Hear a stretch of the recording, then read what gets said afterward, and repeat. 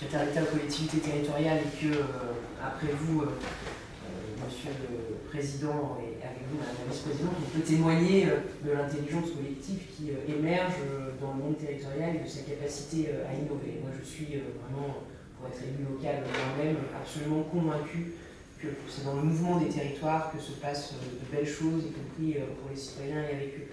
Et je suis à Lyon aujourd'hui pour Lyon qui a expérimenté un modèle d'organisation territoriale spécifique qui fait maintenant autorité, notamment dans le cadre de la fusion de la métropole et du département. C'est peut-être ce que vous vivez vous au quotidien, mais à l'époque, moi j'étais parlementaire, à l'époque des discussions sur les textes de loi, c'était un dispositif absolument innovant et qui n'était pas forcément dans le mainstream de ce que pouvaient penser un certain nombre d'élus. L'innovation territoriale, elle a déjà commencé par une organisation objectivement très ambitieuse du développement, et on est aujourd'hui dans un cadre plus général en France d'ailleurs où il y a des dialogues en ce moment même entre les métropoles et les départements pour les transferts de compétences, et c'est sur le modèle lyonnais qui a inspiré, et son bon fonctionnement qui a inspiré cette disposition. Et j'étais enfin, parce que je veux regrouper ça, à l'Assemblée Générale au premier anniversaire de l'agence France Locale, qui est une agence qui a été créée sous l'impulsion du président de la métropole, du maire de Lyon, Gérard Collomb, à l'époque, avec d'autres, où quand les collectivités ont eu, vous savez, en 2008, puis il y a eu un ressaut en 2012, de difficultés à accéder au crédit pour financer leurs équipements publics, ont décidé de s'unir, d'unir leurs forces pour finalement créer une banque des collectivités territoriales qui vient aujourd'hui lancer d'ailleurs son deuxième appel à emprunt sur les marchés financiers. Et c'était suite aux discussions qu'avait eu Gérard Collomb avec un certain nombre de ses collègues sur l'émission obligataire regroupée des métropoles. Et c'était extrêmement innovant, c'est aujourd'hui une réalité.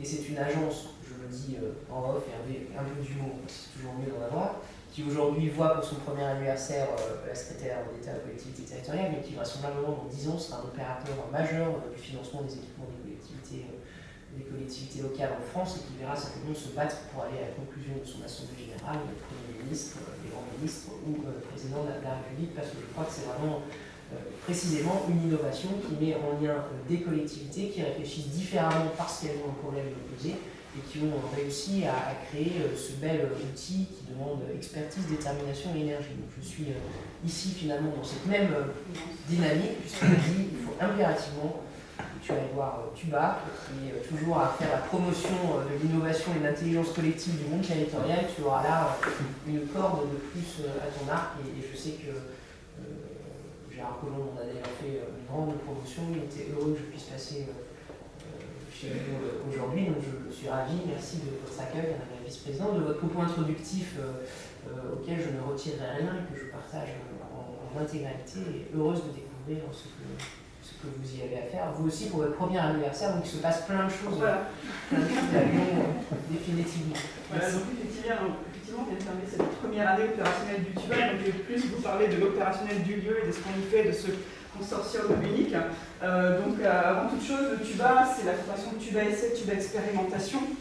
Et c'est ce que symbolise ce grand U finalement, qui est le TUBA Essai, on a l'ébullition, catalyse des projets, etc. On a des souvenirs avec les TUBA Essai. Voilà, exactement. Et donc on s'est un peu appuyé sur ce vocabulaire un peu local, puisque Lyon étant un grand pôle de chimie, pour expliquer ce qu'on fait ici. Donc c'est avant tout le TUBA, un lieu d'innovation, un lieu d'expérimentation, qui est divisé en deux espaces, le mix, ce premier étage du rez-de-chaussée qui est dédié au montage de projets, métropole, collectivités, grands groupes, start-up et experts, et puis le rez-de-chaussée qui est dédié à l'accueil des citoyens, à écouter leurs besoins, à leur faire tester des prototypes.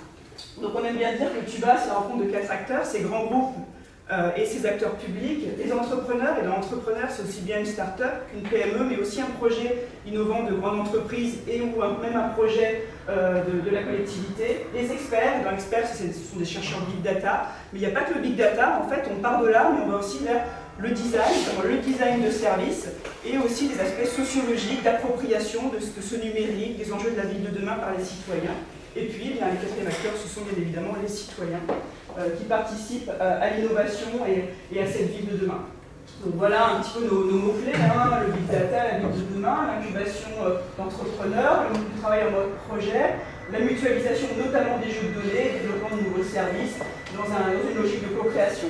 Donc nous sommes en amont finalement d'un développement commercial, on incarne cette brique innovation et avec cette méthode agile d'aller tester avec les citoyens rapidement ces nouveaux projets. Donc on s'appuie au point de départ sur une plateforme de données, donc on aura plus d'explications tout à l'heure puisqu'on a donc Nathalie Vernu-Prost qui est en charge de la gouvernance de cette plateforme. Et puis on encourage nos grands groupes à aussi ouvrir leurs données pour prototyper ces services de demain. Et la donnée disponible finalement elle est diverse, variée, et du coup les services aussi. Donc très souvent ces grandes métropoles vont regarder la partie open data sous les angles de capteurs de mobilité, services autour de la mobilité.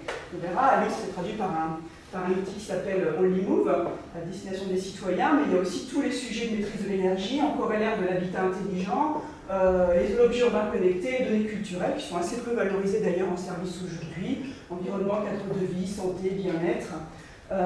Donc on s'inscrit effectivement dans un lieu stratégique, dans une zone de flux, et au-delà de ça, effectivement, dans une zone aussi qui est en profonde mutation, donc ce qui nous permet d'avoir accès à différents types de panels de citoyens, et depuis cette année, on a ouvert un bar à salade, dans une logique de consommation locale, etc., pour que tout l'ensemble des citoyens pousse la porte. Parfois, on peut avoir peur de l'innovation, on vient prendre un café, puis tiens, si on est encouragé à tester une application, voilà, on le fait d'autant plus facilement. Donc le lieu maintenant, donc sur cet étage, donc avec cette salle de créativité, vous verrez ensuite les différents types de services et d'animation qu'on propose. Une salle un peu plus classique, une petite incubation pour une dizaine de startups sur cette brique expérimentation avec les citoyens, preuve du concept, et puis nos espaces d'équipe et des espaces de convivialité.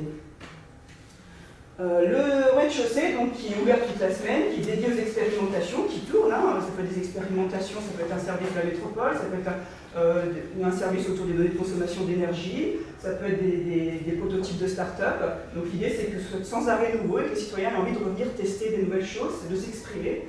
Des lieux où on organise des challenges, là par exemple un challenge étudiant avec notre partenaire EDF, des ateliers, donc voilà d'un atelier avec des citoyens, et puis des conférences qui peuvent être ouvertes à tous. Donc si on retient une chose, ce qu'on fait au Tuba, c'est qu'on monte des projets autour de ces sujets de ville de demain qui sont nourris par la grande donnée. On y met très tôt des usagers, donc on dit qu'on le fait en cycle agile, et on fait la preuve du concept. Donc les services et les animations qu'on propose sont de diverses natures, c'est tout ce consortium d'acteurs. Donc le moment où on va écouter les citoyens autour du processus d'innovation et leur proposer un service s'appelle les Tuba Café.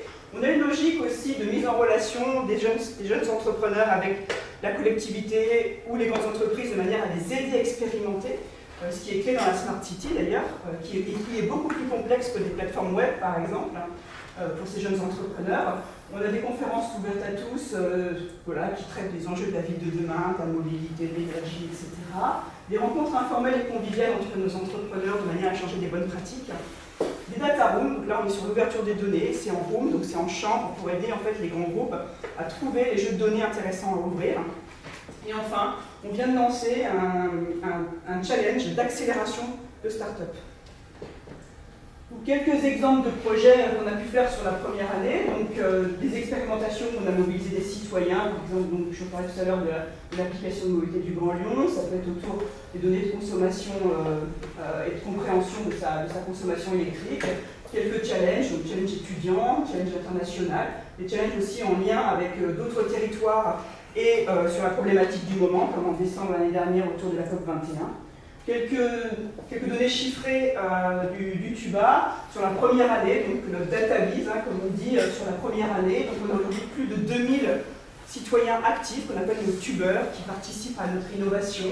On a plus de 3000 visiteurs en amont de l'installation de notre partenariat avec le Moulin à Salade qui sont passés dans le lab, des événements ici dans le lieu, plus de 100 startups rencontrées.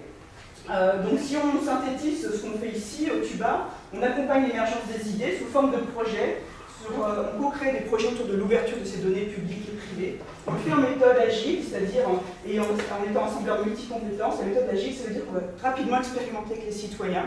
Et là, on parle de design de services, analyse des usages. Et puis, on fédère un écosystème autour de ces sujets big data, de ville de demain, d'engagement citoyen.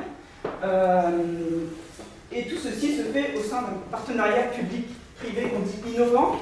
Aujourd'hui, c'est 40 partenaires, c'est 10 grands groupes, des PME et des startups qui sont adhérents à l'association, même si les PME et startups peuvent juste aussi utiliser uniquement le service du TUBA. Les pôles et les clusters du territoire, les chercheurs, l'accès à un Fab Lab par exemple, et donc 2 grandes collectivités, donc la métropole qui était à l'origine de ce projet, et la région Rhône-Alpes, qui travaille avec nous sur un axe d'innovation par les usages.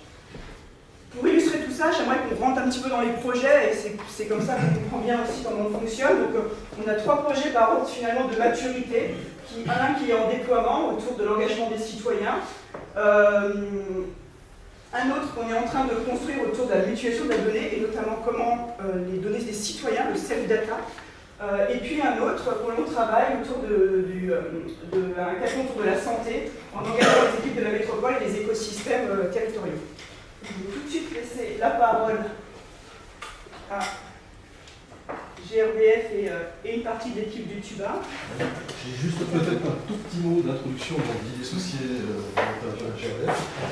Puis je laisserai la parole aussi à Marie-Amandine, bien sûr, et Laurent. Vous allez voir que ce projet illustre bien ce qu'on essaye de faire et en même temps en quoi notre présence dans le TUBA illustre une partie des engagements présentés par Laetitia. En fait, nous avons rejoint le TUBA il y a une petite année à l'occasion de la préparation du déploiement du compteur communicant gaz.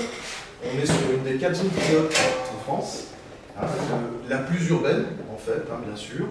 Et donc nous avons commencé depuis 1 an et demi à concerter parce que en fait ce projet il est autant technologique que sociétal et donc il y a un volet concertation avec les collectivités locales, avec le Grand Lyon, avec les villes, avec les agences locales d'énergie, les associations de consommateurs, les bailleurs, il y a tout un ensemble de parties prenantes et c'est un volet extrêmement important. Oui, parce que c'est un sujet qui a fait débat. Qui fait encore débat et qui fait encore débat. Qui fera encore débat. Ce qui est normal, c'est une transformation importante et il est normal d'avoir de la pédagogie, d'essayer d'expliquer et de mettre en avant l'intérêt pour la collectivité, l'intérêt pour le citoyen en fait. Et cet intérêt justement, il repose aussi sur la capacité à amener par des expérimentations, comme celle qu'on va vous présenter, finalement de la valeur pour le citoyen. Et c'est ce qu'on va essayer de faire. Et le TUBA est l'endroit idéal pour nous, en tout cas, pour réaliser finalement ce genre d'expérimentation, parce qu'on est au croisement des chemins entre des compétences d'entreprises qui sont plus agiles que nous pour développer un certain nombre de choses. Et puis nous, on a la possibilité d'amener finalement nos connaissances, nos relations avec les collectivités locales et tout ce travail qui est à faire pour réussir ce genre d'expérimentation. Donc voilà, donc on est sur une illustration vraiment de ce qu'on cherche à faire, c'est travailler avec les citoyens, travailler avec les parties prenantes, aider à aller vers moins de consommation d'énergie. Et pour ça, je vais céder la parole à Marie-Amandine et à Laurent, on va vous expliquer ce qu'on est en train de faire autour du compteur communicant.